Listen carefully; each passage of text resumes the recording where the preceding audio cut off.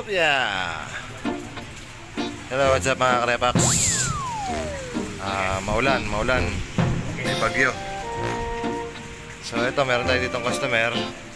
Sir, ayan o, NMAX niya. Ayaw mandar.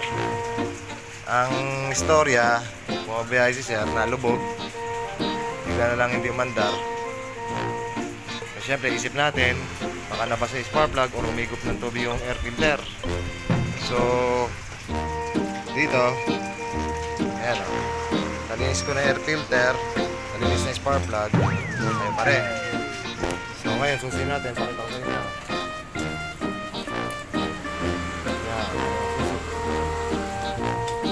Ayan o, susin ha.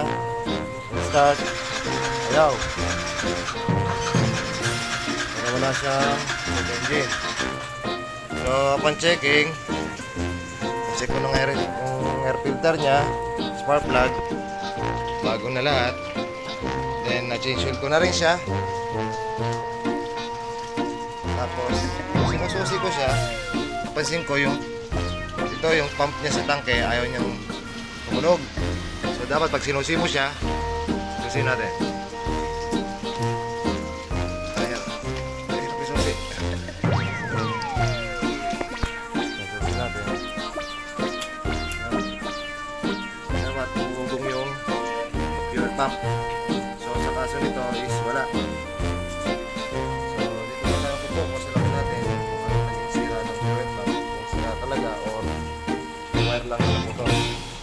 So kalisin muna natin yung kaha and then trace natin. So balikan ko rin mga karepax. So ayan mga karepax, nakalisan natin yung kanyang kaha. So chinek natin yung kanyang wiring. Bali na check ko na siya. Ito, sinugod natin tong mga socket niya. Ayan, papakita ko lang sa inyo kung ano yung naging problema niya. Ayan. So bali ito yung dalawang wire, yung blue with black stripe, ayan, at saka yung red with blue stripe. So ito, yung dalawa na to, ito yung nagsusupply dun sa ating pump. So dapat pag mag-check kayo, bago nyo isiping sira yung ating fuel pump, ito muna, check nyo muna yung blue with red with blue stripe. Yan, dapat yan may supply siya, positive. So para malaman natin, gumamit tayo ng test lamp. So asan na yung ating test lamp? Ito. So ang kailangan natin is yung kanyang positive. Bali konting ano lang. Yan, may ilaw yung test lamp. So yung blue with red with blue stripe, ando dito siya. Ito kadugtong niya, papunta na ang AC ating sa wiring harness. Bali rekta to ng battery, ng supply. May supply siya, kahit nakasusi o hindi, dapat ito ay umiilaw. So binalatan ko na siya kanina, chinek ko na nga. So ayan, ayaw niyang umilaw. So ibig sabihin mayroon siyang short circuit o putol na na wire. So gagawin natin, na-jumperan na lang natin para hindi na tayo magkalas ng wiring. So panibagong wiring na mas matibay. Then i-connecta natin sa ating ECU or rekta natin dito sa battery. Lalagyan na lang natin ng fuse para makauwi na si sir at umapaandar na tong motor niya. So ngayon gawin muna natin, tapos testingin natin kung andar. So tayo magpapatuloy mga karepax. So ito, bale ito yung kanina na wire, yung red with blue stripe. Naglagay na lang tayong jumper and then papunta sa battery, positive. So sabi ko nga po, yung wire na yon is rekta sa battery na kailangan may supply. So ginawa natin, nag-jumper tayo pero naglagay pa rin tayo ng panibagong fuse para in case of emergency, fuse lang po ang masisira. So yun nga, dito tayo sa kabila. Ito yung wire na yon na nakasuksok sa ating fuel pump. So ayan, test natin dito kung may supply. Tapos pa boss. So kailangan natin body ground, test lamp lang. And then dito, ito kulay, lapit na mas kaunti. Ayan, yung kulay red with blue stripe, dapat kahit nakapatay yung susi, umilaw siya. So, test natin. So, ayan, umilaw siya. Kahit nakapatay yung susi niyan. Ayan, susi. Ayan, susi. Tapos, ito yung isang wire nito, yung blue with black stripe, ito is ground trigger. Ground trigger na to is galing dito sa ating ECU. Yung yan, dito sa ECU na yan, konektado siya dito sa ating blue with black stripe. So ito dapat, ang kailangan labas niya is ground. So ikipit natin yung test lang dito sa positive. So ayan. Then balik tayo dito.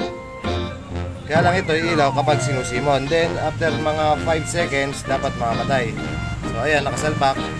Test lang, susi natin.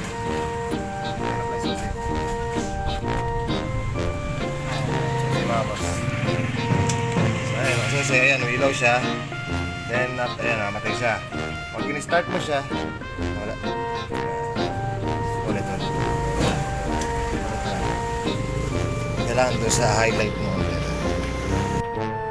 So ito naman, test natin yung isa. Blue with black stripe, ito is konektado dito sa ating ECU. And then ang ilalabas nito is yung ground trigger. So ito, recta battery, positive, ito ground. Siya yung nagsusupply sa ating fuel pump. And then ngayon, kailangan natin makuha kung may supply itong blue with black stripe. So i-click natin yung test lamp sa positive. And then susupak natin dito. Dapat umilaw siya pag sinusi. Tapos after mga 45 seconds, mamamatay dapat siya. Hindi natin. Yan, sinusi, umilaw. And mamamatay dapat yan. Yan. Tapos pag i-start mo yan, dapat maglalabas siya ng ground. So yan. Mamamatay ulit yan. Automatic siya, mamamatay. So ibig sabihin, okay na yung line natin. Salpak natin dito. So tingnan natin kung andar. Sabay mo natin susi. Ito, off mo na susi. Then, salpak natin. Dapat to, pag sinusi mo, is yung ating fuel pump is tumutunog o umugong. So, bukas pa kay susi mga boss. Tingnan natin kung umugong na siya. Yun. So, start natin, sir. Ayan, start. So, ayan, umandar na siya. Okay na. Bali, na-check natin, hindi naman yung fuel pump ang sira, bali wiring lang. So yung blue with, red with blue stripe ang problema. Nagkaroon siya ng open circuit, kaya nagawa tayo, tinago na natin ng line. Then may fuse pa rin.